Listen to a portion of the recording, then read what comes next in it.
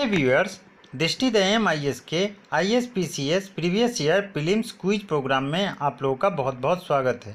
आज मैं आप लोगों के समक्ष इस सीरीज का दूसरा वीडियो लेकर प्रस्तुत हुआ हूं। इस वीडियो के तहत हम लोग पिछले वीडियो की ही भांति कुल 5 प्रश्नों को देखेंगे और उनके विश्लेषण को भी समझेंगे। साथ ही हम लोग देखेंगे कि IAS और PCS परीक्षाओं में पूछे जाने वाले प्रश्नों की प्रकृति कैसी होती है और इनको सोल्व करने का सरल और सटीक तरीका क्या हो सकता है और कौन कौन सी सावधानियां हमें बरतनी होती है। तो आइए आज के सेशन को शुरू करते हैं। लेकिन इनसे पहले अगर आप लोगों ने इस सेशन के पहले वीडियो को नहीं देखा है तो इसे जाकर ज़रूर देखें। इनका लिंक मैं इस वीडियो की डिस्क्रिप्शन में डाल दूंगा या हमारे चैनल के प्लेलिस्ट में जाकर भी आप देख सकते हैं। साथ ही अगर आप लोगों ने इस चैनल को अभी तक सब्सक्राइब नहीं किया है तो इसे जाकर सब्सक्राइब जरूर करें और बेल बटन को दबाना ना भूलें, ताकि इस तरह का वीडियो जब मैं डालूँ तो आपको इसकी इन्फॉर्मेशन सबसे पहले मिले। और यह वीडियो अगर आपको पसंद आता है तो इसे लाइक करना और शेयर करना भी ना भूलें। तो आइए आज के सेशन को शुरू करते हैं। आज का पहला प्रश्न है, धन विधेयक के संबंध में निम्नलिखित में से कौन सा कथन सही नहीं है। पहला है, किसी बिल अर्थात विधेयक को धन विधेयक तब माना जाएगा जब इनमें केवल किसी कर के अधिरोपण, उन्मूलन, माफी, परिवर्तन या विनियमन से संबंधित प्रावधान हो। ऑप्शन बी है, धन विधेयक में भारत की संचित निधि एवं भारत की आकस्मिकता निधि की अभिरक्षा से संबंधित उपबंध होते हैं। ऑप्शन सी है, धन विधेयक भारत की आकस्मिकता निधि से धन के विनियोजन अर्थात उपयोग से संबंधित है। ऑप्शन डी है, धन विधेयक भारत सरकार द्वारा धन के उधार लेने या कोई प्रत्याभूति देने के विनियमन से संबंधित होता है। आपको बता दें इसका उत्तर हो जाएगा ऑप्शन सी, क्योंकि ऑप्शन सी गलत है। आइए इसके विश्लेषण को देखते हैं। धन विधेयक केवल भारत की संचित निधि के विनियोजन अर्थात उपयोग से संबंधित होता है, न कि संचित और आकस्मिक निधि के, अर्थात तीसरा कथन गलत है। इसलिए इस क्वेश्चन का उत्तर ऑप्शन सी होगा।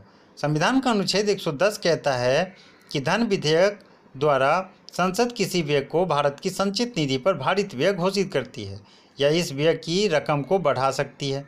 अर्थात संसद अगर चाहे तो सरकार के किसी भी खर्चे को भारत की संचित निधि पर अधिरोपित कर सकती है और इस रकम को बढ़ा भी सकती है। कोई विधेयक धन विधेयक है या नहीं, इस बात का निर्धारण लोकसभा स्पीकर अर्थात अध्यक्ष करते हैं और वह निर्णय अंतिम होता है। अर्थात प्रश्न यह आए कि कोई विधेयक धन विधेयक है या नहीं, इसका निर्धारण कौन करता है, तो लोकसभा अध्यक्ष, और उनके निर्णय को कहीं भी चुनौती नहीं दी जा सकती क्योंकि वह अंतिम और सम्मान होता है। अनुच्छेद 109 कहता है कि धन विधेयक को राज्यसभा में पूरा स्थापित इंट्रोड्यूस नहीं किया जाएगा। ऐसा क्यों है, इसके कारण को हम लोग इसी विश्लेषण में आगे जानेंगे। राज्यसभा 14 दिन के भीतर धन विधेयक पर विचार कर सकती है। 14 दिन के बाद विचार कर लोकसभा को न लौटाने की स्थिति में वह दोनों सदनों से पारित माना जाता है। अर्थात ओवरऑल अगर कहें कि आप लोग के समक्ष प्रश्न आए कि राज्यसभा को धन विधेयक को कितने दिनों तक रोकने का अधिकार है, तो सिर्फ 14 दिनों तक। हाँ, इतना ज़रूर है कि राज्यसभा धन विधेयक पर सिफारिश कर सकता है कि इनमें ये संशोधन किया जाए, लेकिन इस संशोधन को या ये सिफारिश को मानना राज्यसभा के हाथ में नहीं है कि वो लोकसभा को कहे कि वो मान ले। ये लोकसभा के ऊपर डिपेंड करता है कि वो माने या ना माने। अर्थात लोकसभा मान भी सकती है और नहीं भी। यदि नहीं तो विधेयक उस रूप में पारित माना जाएगा जिस रूप में लोकसभा ने पारित किया था। अनुच्छेद 108 कहता है कि धन विधेयक के संदर्भ में संयुक्त बैठक नहीं बुलाई जा सकती। अर्थात धन विधेयक के संदर्भ में संयुक्त बैठक बुलाने का प्रावधान नहीं है और यह अनुच्छेद 108 कहता है, जिसे ध्यान रखना है, बहुत इंपॉर्टेंट है। कई बार सीधा सीधा प्रश्न पूछ लिया जाता है। अनुच्छेद 111, राष्ट्रपति किसी साधारण विधेयक की तरह धन विधेयक को पुनर्विचार के लिए नहीं भेज सकते। अर्थात ये कहना ये चाह रहा है कि साधारण विधेयक के मामले में राष्ट्रपति के पास 3 तरह के ऑप्शन होते हैं: अनुमति देना, अनुमति नहीं देना या फिर पुनर्विचार के लिए उसे भेज देना। लेकिन धन विधेयक के मामले में यह थोड़ा सा कुछ अलग है, क्योंकि यहाँ राष्ट्रपति को सिर्फ 2 ऑप्शन होते हैं, या तो अनुमति दें या नहीं दें। हालांकि राष्ट्रपति सामान्यतः अनुमति देते ही हैं। धन विधेयक की पूरा स्थापना राज्यसभा में क्यों नहीं, मैंने बताया था, इसका कारण आगे जानेंगे। दोस्तों आपको बता दें, जो धन विधेयक होता है कुछ आवश्यक मदों से संबंधित होता है, जैसे भारत की संचित निधि से धन का उपयोग करना, साथ ही संविधान का अनुच्छेद 107 कहता है कि लोकसभा के विघटन पर कुछ विधेयक व्यपगत अर्थात लैप्सेज हो जाते हैं और प्रत्येक नई सरकार अपने अनुसार मदों का निर्धारण अलग अलग करती है। अतः इससे स्पष्ट है कि राज्यसभा में धन विधेयक को इंट्रोड्यूस करने से बहुत सारे प्रॉब्लम खड़ी हो सकती है। इसी प्रॉब्लम से बचने के लिए इसे हमेशा लोकसभा में इंट्रोड्यूस किया जाता है। आइए आज के सेशन का दूसरा प्रश्न देखते हैं। भारत के राष्ट्रपति के निर्वाचन के संदर्भ में निम्नलिखित कथनों पर विचार कीजिए।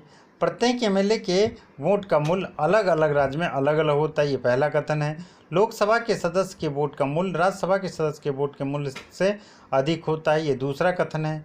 आपको बता दें इसका उत्तर हो जाएगा ऑप्शन ए, केवल एक सही है और ऑप्शन 2 गलत क्यों है इसे हम लोग विश्लेषण में जानते हैं।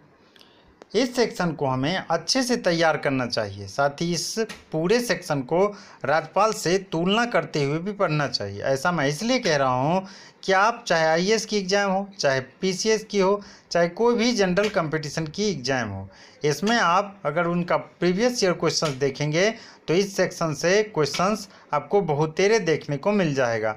अर्थात पॉलिटी के सेक्शन में ये सेक्शन बहुत इम्पोर्टेंट माना जाता है। आइए राष्ट्रपति के संदर्भ में 2 अनुच्छेदों पर हम लोग विचार कर लेते हैं। पहला अनुच्छेद है 54। उनमें राष्ट्रपति के निर्वाचन में कौन से लोग भाग लेंगे इनके बारे में बताया गया है। इनके निर्वाचन में संसद के दोनों सदनों और राज्यों की विधानसभाओं और दिल्ली पुडुचेरी के विधानसभाओं के निर्वाचित सदस्य ही भाग लेते हैं। यहाँ पे मनोनीत सदस्य भाग नहीं लेते हैं।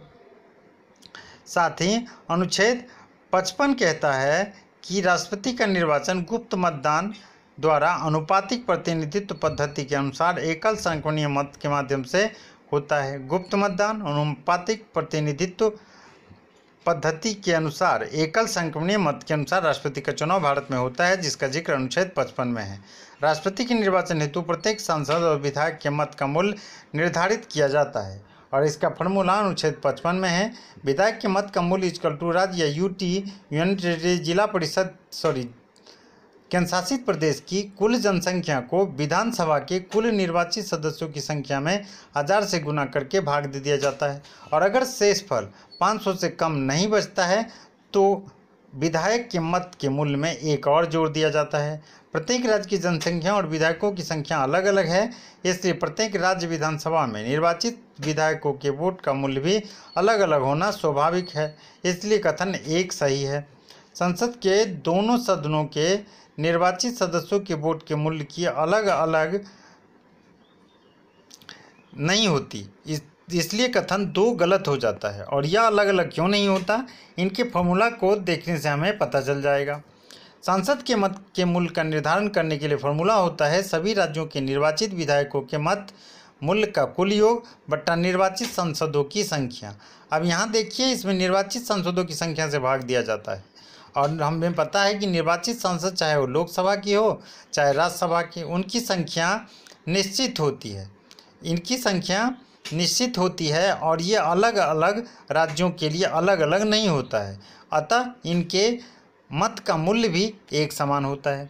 आइए आज के सेशन का तीसरा प्रश्न देखते हैं। भारत के संदर्भ में अंतर्राष्ट्रीय परमाणु ऊर्जा agency international atomic energy agency के अतिरिक्त नयाचार एडिशनल प्रोटोकॉल का अनुसमर्थन करने का निहितार्थ क्या है, अर्थात इनसे भारत पर क्या प्रभाव पड़ेगा। पहला, रासायनिक परमाणु रिएक्टर IAEA के रखरखाव के अधीन आ जाते हैं। दूसरा, रासायनिक परमाणु अधिष्ठान IAEA निरीक्षण के अधीन आ जाते हैं। तीसरा, देश के पास नाभिकीय पूर्तिकर्ता समूह न्यूक्लियर सप्लायर ग्रुप से यूरेनियम के क्रय का विशेष अधिकार हो जाएगा। देश स्वतः NSG का सदस्य बन जाएगा। दोस्तों आपको बता दें इसका उत्तर होगा ऑप्शन ए, रासायनिक परमाणु रिएक्टर IAEA के रखरखाव के अधीन आ जाते हैं। आइए इसके विश्लेषण को देखते हैं। मई 2009 में भारत सरकार और IAEA अंतर्राष्ट्रीय परमाणु ऊर्जा एजेंसी के बीच एडिशनल प्रोटोकॉल पर हस्ताक्षर हुए और इससे पहले फरवरी 2009 में ही भारत और IAEA के बीच इंडिया स्पेसिफिक सेफगार्ड एग्रीमेंट पर हस्ताक्षर हुए। एडिशनल प्रोटोकॉल जो देश के नाभिकीय सामग्री का प्रयोग करते हैं, IAEA उसके उपयोग की निगरानी करता है और यह सुनिश्चित करता है कि रासायनिक परमाणु षड्यंत्रों का गलत उपयोग न किया जाए। इसके लिए IAEA और देशों के बीच कुछ सेफगार्ड एग्रीमेंट रक्षोपाय समझौता किए जाते हैं। एडिशनल प्रोटोकॉल इन समझौतों को मजबूती प्रदान करता है। इस प्रोटोकॉल के बाद भारत के किसी असैन्य परमाणु रिएक्टर IAEA के सेफगार्ड रक्षोपाय के अंतर्गत आ गए, इसलिए पहला विकल्प सही है। IAEA अब भारत में इस बात का निरीक्षण कर सकता है कि भारत के असैन्य परमाणु रिएक्टर का शांतिपूर्ण उपयोग हो रहा है या नहीं। 2020 में भारत IAEA के रेनेट अर्थात रेस्पॉन्स एंड असिस्टेंस नेटवर्क में शामिल होने वाला 35वां देश बन गया है। रेनेट देशों का ऐसा समूह है जो परमाणविक या विकिरण घटनाओं के कारण हुए नुकसान की भरपाई करने में मदद करते हैं। आइए आज के सेशन का चौथा प्रश्न देखते हैं।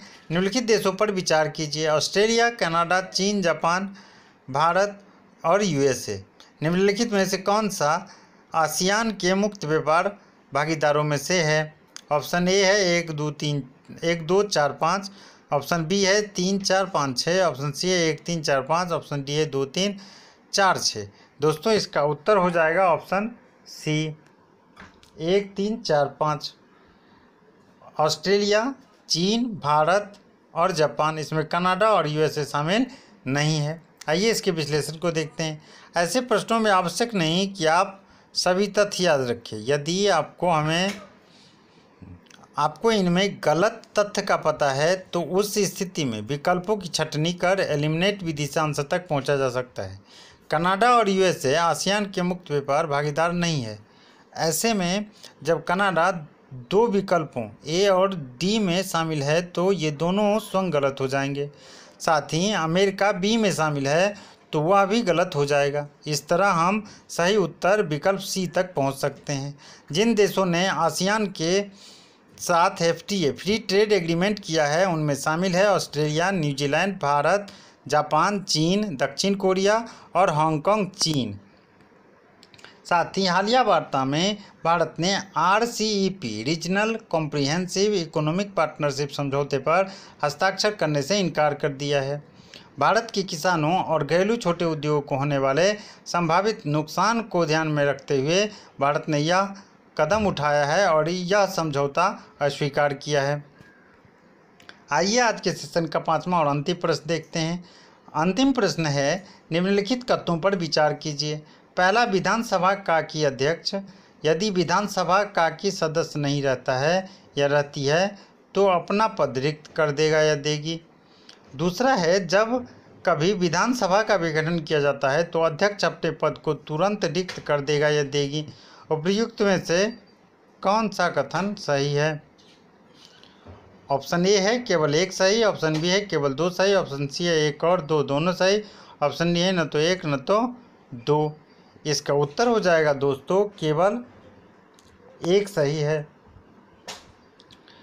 और 2 गलत क्यों है, इनके विश्लेषण से जानते हैं। आपको बता दें कि अनुच्छेद 178 कहता है कि प्रत्येक राज्य की विधानसभा अपने ही सदस्यों में से किसी एक को अध्यक्ष और उपाध्यक्ष के रूप में चुनाव करेगा, अर्थात अध्यक्ष को उस सदन का सदस्य होना आवश्यक है।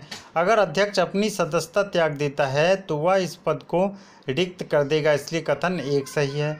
अनुच्छेद 179 के अनुसार यदि वह किसी कारण से संसद में अपने सदस्यता खो देता है या सदन उसे तत्कालिक बहुमत पारित कर उस पद से हटा देता है तो अध्यक्ष का पद रिक्त हो जाएगा। साथ ही अनुच्छेद 179 के अनुसार विधानसभा का विघटन होने पर विघटन के बाद होने वाले विधानसभा के प्रथम अधिवेशन के ठीक पहले तक अध्यक्ष अपने पद पर बना रहता है, यानी वह तुरंत इस पद से नहीं हटता, इसलिए कथन 2 गलत है। दोस्तों आज के सेशन में इतना ही। अब हम अगला वीडियो लेकर आप लोगों के समक्ष फिर से बहुत जल्द उपस्थित होंगे। तब तक के लिए नमस्कार। अच्छे से रहिए, पढ़ते रहिए खुश रहिए। धन्यवाद।